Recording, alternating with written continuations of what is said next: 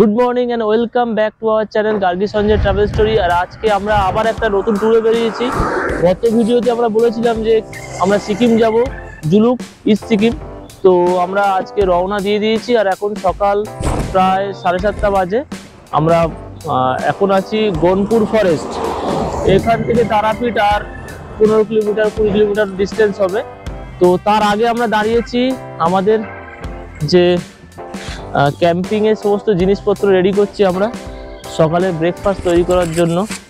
তো আমরা বলেছিলাম যে আমাদের এই যে ট্যুর হবে এবারে ট্যুরে সমস্ত কিছু আমরা খাওয়া দাওয়ার বেশিরভাগ অংশটাই আমরা নিজেরা রান্না করে খাবো। তো গত ভিডিওতে যে ক্যাম্পিং এর জিনিসপত্র আনবক্সিং করেছিলাম তাই নিয়ে আজকে আমাদের যে অভিজ্ঞতাটা আমরা শেয়ার করব, কেমন লাগছে এই সমস্ত ক্যাম্পিং এর জিনিস ইউজ করে নিজে রান্না করে খেয়ে। তো ব্রেকফাস্টে আজকে কি বানাচ্ছি আমরা? আজকে প্রথমে হচ্ছে এখন আমি চায়ের জিনিস রেডি করছি, তারপর চা হচ্ছে আমরা হচ্ছে স্যান্ডউইচ করব। আজকে ব্রেকফাস্টে হচ্ছে স্যান্ডউইচ আছে। কাপগুলো একটু বড় হয়ে গেছে। আমরা আসলে ফাইবারের ছোট কাপ খুঁজেছিলাম কিন্তু কাপ আমরা পাইনি ছোট কাপ। আর কাঁচের কাপ আনতে ভয় যদি ভেঙে যায় ব্যাগের মধ্যে, ওটার জন্য ফাইবারের কাপ।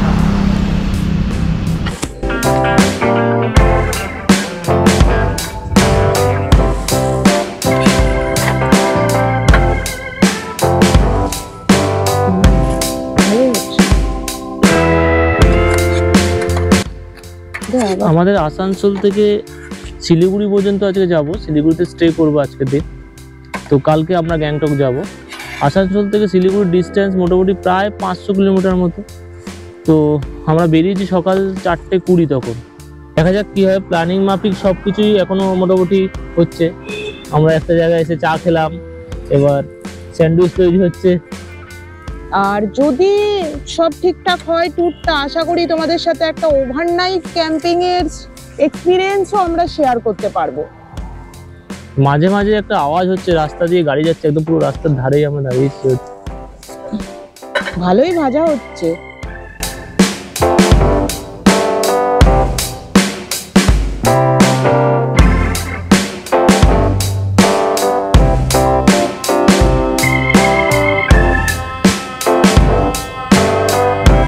আমরা মোটামুটি 3 ঘন্টা এসেছি বাইক চালিয়ে, কিন্তু মানে আমরা ডিস্টেন্স কভার করেছি মাত্র 120 কিলোমিটার 25 কিলোমিটার মতো।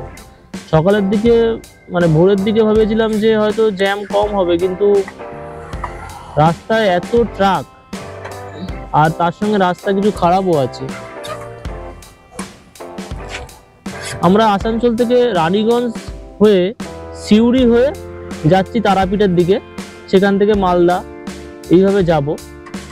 তো এই রাস্তাটাই আমার মনে হলো যে বেস্ট হবে।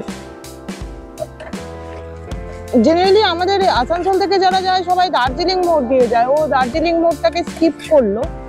কিন্তু এইটা যেন ডিস্টেন্সটা একটু কম, তো ওই জন্য আমি ভাবলাম যে এখান দিয়ে চলে যাই। কিন্তু এখান দিকে আসতে গিয়ে দেখলাম যে প্রচুর ট্রাক, রাস্তা খারাপ।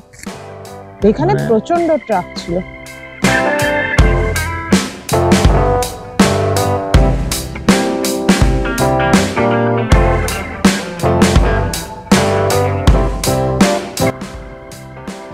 মানে এই ছোট্ট গ্যাস, তাতেও কিন্তু তাড়াতাড়ি গরম হচ্ছে। আমরা এক্সপেক্ট করিনি এতটা। আমরা ভেবেছিলাম অনেক সময় লাগবে। গ্যাসটাও ভালো, আর আমাদের কুকিং যে সেটটা দেখিয়েছিলাম ওই কুকিং সেটটাতেই রান্না করছি, সেটাও কিন্তু ভীষণ ভালো। তো খাবার রেডি হয়ে গেছে, এবার খাওয়া যাক। খেয়ে আবার জার্নি শুরু করতে হবে, এগুলোকে প্যাক করতে হবে। ঝামেলাও আছে ক্যাম্পিং এর, প্রচুর ঝামেলা। এই যে সমস্ত কিছু ব্যাগ থেকে বার করা, আবার ব্যাগে ঢুকিয়ে ব্যাগটাকে বাঁধা।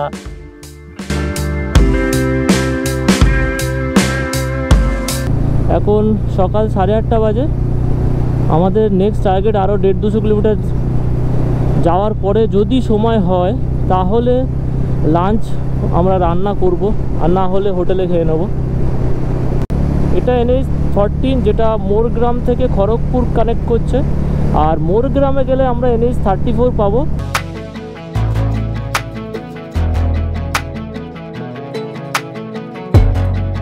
সকাল 9টা বাজে আর আমরা এখন রামপুরহাটে। রামপুরহাটে সেই ব্যস্ততা বোঝা যাচ্ছে সকাল 9টাতেও। ডান দিকে চলে যাচ্ছে বহরমপুর, কৃষ্ণনগর, কলকাতা, বাঁ দিকে ফারাক্কা, মালদা, শিলিগুড়ি।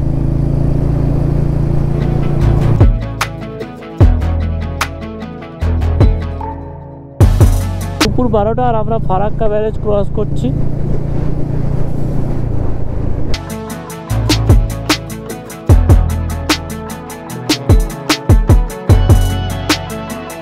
দুপুর 1টা বাজে, লাঞ্চের জন্য আমরা দাঁড়িয়েছি আর একটা আমের বাগান দেখে যেখানে ছাওয়া পাবো তার জন্য। এই যে বাইকটারও রেস্ট দরকার, কারণ বাইকটা একটু সমস্যা হচ্ছিল, সমস্যাটা আমি পরে বলছি। তার আগে বলি যে কি লাঞ্চের জন্য কি রেডি হচ্ছে গাড়ি। লাঞ্চে আজকে ম্যাগি হচ্ছে, কারণ ভাত করতে গেলে অনেক সমস্যা, জল ফল বেশি লাগবে, তার টাইম লাগবে, তাই তাড়াতাড়ি করে সবজি আর ডিম দিয়ে ম্যাগি হচ্ছে। ডিমটা কেমন করে এনেছি সেটা তোমাদের দেখাবো। বাইক মনে হচ্ছে না, মনে হচ্ছে কোনো বড় ট্রাক। এত গরম যে আমরা পাচ্ছি না বলতে গেলে।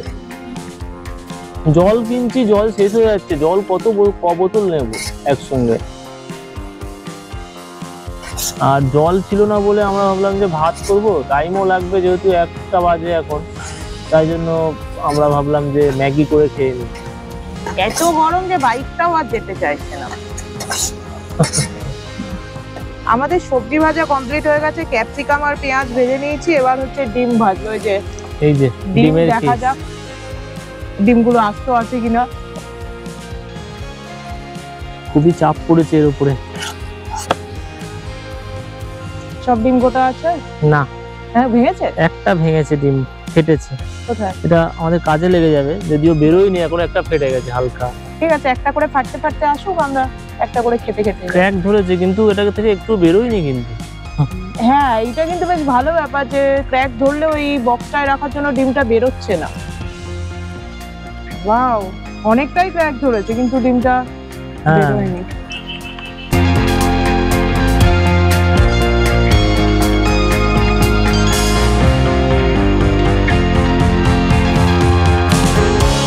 আমরা এই কেসের ভিতরে আবার পাতলা করে কাপড়ও দিয়েছিলাম দু সাইডে। এই যে তোমরা যদি এরকম ট্যুর করো বা ক্যাম্পিং করো তো এরকম কেস নিয়ে নিতে পারো, বেশি দাম নয়, 70 টাকা দাম। এরকম 12টা ডিমের কেস 70 টাকা। তবে হচ্ছে এগুলো হচ্ছে যেগুলো লোকাল দোকান সেই সব জায়গা থেকে কিনবে। হ্যাঁ, অনলাইনে অর্ডার করলে অনেক দাম, 150-200 টাকা দাম পড়ে যাবে। ওয়েট কিছু মনে হচ্ছে ড্রাই হয়ে গেছে কিছুটা, এত গরম।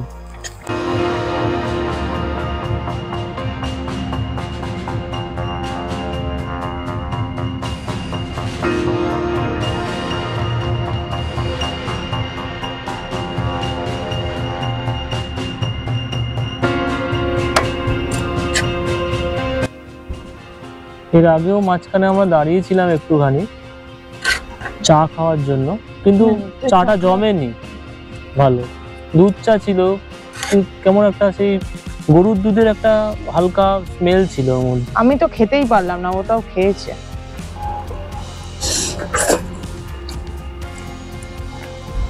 দারুণ লাগছে, হেভি হয়েছে। একটু নুন কম হয়েছে কি? না, ঠিক লাগছে, আমার তো ঠিক লাগছে। তাও টেবিলটা একটু ছোট হয়ে গেছে, একটু বেশি বড় হলে মনে হয় ভালো হতো। আর বড় টেবিল ধরবে না, কিন্তু এর থেকে বড় টেবিল নেওয়া মানে মুশকিল আছে নিয়ে যাওয়া। টেবিলারে যারা ঘুরে ক্যাম্পিং করে তাদের জন্য সুবিধা, বড় টেবিল নেওয়া যাবে, চেয়ার নেওয়া যাবে। আমরা যেমন টুল নিয়েছি, চেয়ারও আছে এরকম, একটু দাম বেশি, সেগুলো নেওয়া যাবে, ওগুলো আরো বেশি আরামদায়ক। টুলটাও ঠিকই আছে, মানে বসে টুলটাতে কাজ করা যাবে। কাজ করা যাবে, হ্যাঁ, তবে আরাম করা যাবে না, যে মাথা হেলান দিয়ে শুয়ে সেই ব্যাপারটা থাকবে না। হ্যাঁ, আরাম করা যাবে না। তবে যেটা বলছি, আমাদের একটা টুল কেনা হয়েছিল ডেকাথলন থেকে, আর একটা অ্যামাজনে অর্ডার দিয়ে কেনা হয়েছে। ডেকাথলনের কোয়ালিটি কিন্তু অনেক বেশি ভালো।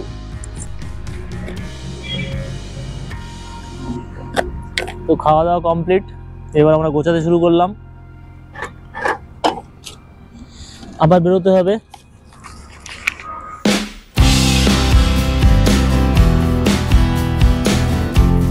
বিকেল 5টা বাজে আর আমরা এখন ডালখোলাতে। শিলিগুড়ি এখনও দেখাচ্ছে এখান থেকে 110-20 কিলোমিটার।